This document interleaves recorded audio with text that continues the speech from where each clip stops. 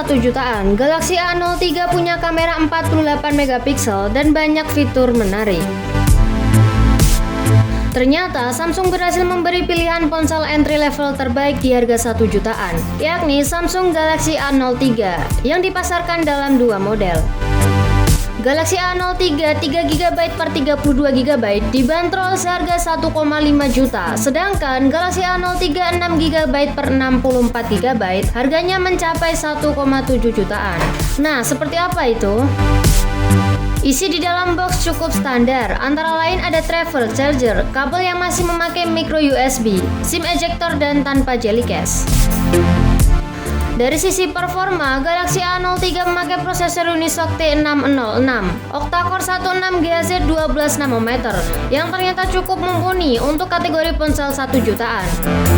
Buktinya, Galaxy A03 bisa melahap dengan lancar game seperti Mobile Legends, Bang Bang, dan Call of Duty dalam penyetelan low hingga medium, khususnya untuk varian 6GB per 64GB. Selain itu, favorit Sindonius adalah sistem operasi One UI Core 31.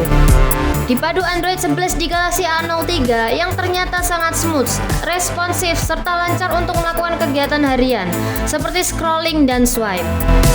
Bisa dibilang user experience Galaxy A03 walau harganya 1 jutaan sangatlah nyaman. Untuk layarnya menggunakan panel PLS IPS 6.5 inci Infinity V display dengan resolusi 720x1600 pixel. Mulanya Sindonius memang tidak berharap banyak, namun saat menggunakannya ternyata layar itu sudah terlebih dari cukup untuk ukuran ponsel entry level. Iya, harus diakui untuk tingkat kecerahannya masih kurang, sehingga lebih nyaman ketika digunakan di dalam ruangan. Meski demikian, panel IPS-nya memiliki view angle yang luas dengan tingkat ketajaman dan warna yang cukup. Tentu saja, Galaxy A03 juga belum memiliki pelindung Gorilla Glass. Begitupun di paket penjualan kita belum mendapat pelindungan layar bawaan. Jadi, pastikan bahwa sudah membeli pelindung layar dan casing saat membelinya. Meski ponsel ini masuk kategori entry level, namun fitur-fiturnya lengkap seperti ponsel Samsung lainnya. Misalnya Dark Mode, Gesture Mode, One Hand Mode, dan lainnya. Memang belum ada fingerprint unlock, tapi Galaxy A03 sudah punya face unlock dan fitur smart lock. Masuk ke kamera, Samsung membenamkan total 3 kamera di Galaxy A03. Yang unik, kamera utamanya memiliki resolusi 48 megapiksel f1/8. Selain itu, juga ada kamera deep dengan resolusi 2 megapiksel f/24. Adapun kamera depan resolusinya 5 megapiksel f/22. Untuk fitur kameranya sendiri terbilang lengkap. Ada potret, pro, panorama, makanan, night mode, bahkan hyperblast. Hasilnya seperti apa? Ternyata sudah tergolong bagus untuk ukuran ponsel entry level.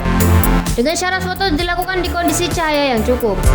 Ternyata dynamic range fotonya masih cukup lebar, lalu ketajaman fotonya terbilang baik. Meski warna yang dihasilkan memang terlalu flat, lalu tingkat vibrance dan saturasinya terasa kurang. Sekali lagi, untuk kelas ponsel 1 jutaan sebenarnya sudah oke banget. Hanya perlu sedikit editing dan menggunakan filter bawaan Samsung sudah cukup. Faktor menarik lainnya adalah lensa deep yang bisa membuat foto bokeh. Hasilnya cukup baik dan pemisahan subjek dengan background juga sangat rapi. Untuk kamera depannya memang terasa kurang, apalagi jika cahayanya minim. Mulai terlihat noise dan tingkat ketajaman yang terpangkas. Adapun kualitas kamera video hingga Full HD 30fps hasilnya sangat cukup. Misalnya untuk membuat story di Instagram atau media sosial lainnya. Selama kondisi cahayanya cukup, kualitasnya masih sangat baik. Begitupun kualitas perekaman video di kamera depan juga sudah oke banget untuk membuat video TikTok. Baterai Galaxy A03 yang 5000 mAh membuat ponsel dapat digunakan seharian dan sangat irit baterai. Hanya saja pengisian daya 7,75 watt terasa cukup lama, mengingat kita sudah terbiasa dengan USB-C yang cepat. Pengguna juga dipermudah lewat 3 slot, yaitu SIM 1, SIM 2, dan microSD. Sehingga memori internal 32GB tidak jadi masalah karena bisa ditambah dengan microSD. Kesimpulannya, ponsel dengan dimensi 164,2 x 75,9 x 9,1 mm dan berat 196 gram itu bisa jadi pertimbangan untuk mereka yang ingin memiliki ponsel Samsung dengan bandrol harga 1 jutaan. Untuk kesehariannya sudah lancar dan smooth, bisa memainkan game-game standar tanpa kendala. Juga kamera yang bisa bisa menghasilkan foto dengan sangat baik. Oke guys, sekian updatean Mimin kali ini. Jangan lupa untuk klik like, subscribe, komen, dan share.